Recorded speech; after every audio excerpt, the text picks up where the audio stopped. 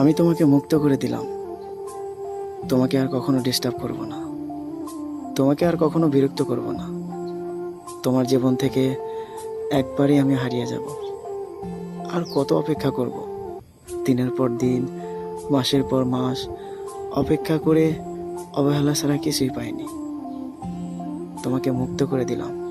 তুমি যেখানে ভালো থাকো, যেখানে সুখে থাকো, আমি কখনো তোমাকে বিরক্ত করব না। তবে একটা কথা মনে রেখো, আমার মতো কইরা তোমাকে কেউ ভালোবাসতো না। তোমাকে অনেক মেসেজ করি, কথা বলার জন্য বারবার ফোন দিই, অথচ তুমি আমাকে শুধু শুধু ইগনোর করো। আচ্ছা, আমি কি না করছি তোমার জন্য? সারা রাত জেগে জেগে অপেক্ষা করছি শুধুমাত্র 1 মিনিট কথা বলার জন্য, তারপরে তুমি শুধু আমাকে ইগনোর করো। আসলে তুমি আমাকে ভালোই বাসো না, তাই চিন্তা করছি তোমাকে আর কখনো ডিস্টার্ব করব না। তবে একটা কথা, যদি কখনো ভালোবাসার অভাব হয়, তাহলে এই মানুষটার কথা মনে করো। আমি যেভাবেই হোক তোমার ভালোবাসা ধরে রাখার চেষ্টা করব।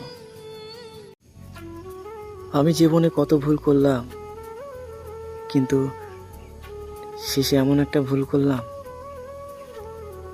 সেই ভুলটা না থাকতে দেয় ভালো, না থাকতে দেয় শান্তিতে। আসলে এমন একটা মানুষের মায়ায় পড়লাম, সারা দিন রাত কান্না করেও তার ভালোবাসা পেলাম না। তাকে বোঝাতে পারিনি আমি তাকে কতটা ভালোবাসি। আসলে মায়া এমন একটা জিনিস যেটা সবার প্রতি আসে না।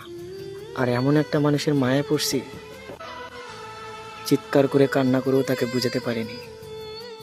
আসলে মানুষ বেশি ভালোবাসা পেলে অবহেলা করবে, এটাই স্বাভাবিক। কারণ প্রয়োজন শেষ হয়ে গেলে মানুষ সৃষ্টিকর্তাকেই ভুলে যায়। আর তো আমি মানুষ,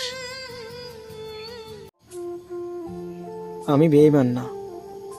আসলে আমার আত্মসম্মান বলে একটা বোধ আছে। এই যে এত অবহেলা করো, তারপরও বারবার তোমার কাছে ফিরে যাই, তারপরেও তুমি ইগনোর করো। এতটা ভালোবাসার পরও যদি তার কাছ থেকে অবহেলা পেতে হয়, তাহলে তার কাছ থেকে দূরে সরে যাওয়াই ভালো। আসলে সব কিছু জোর করে হলেও ভালোবাসাটা কারোর জন্য জোর করে হয় না। যদি সে ইচ্ছা করে না থাকে, তাহলে কি আর জোর করে রাখা যায়? তোমাকে মুক্ত করে দিলাম। তুমি যেখানে ভালো থাকো, যেখানে সুখে থাকো, আমি কখনো তোমাকে বিরক্ত করব না। তবে একটা কথা মনে রেখো, আমার মতো কইরা তোমাকে কেউ ভালোবাসতো না। তোমাকে অনেক মেসেজ করি, কথা বলার জন্য বারবার ফোন দিই, অথচ তুমি আমাকে শুধু শুধু ইগনোর করো।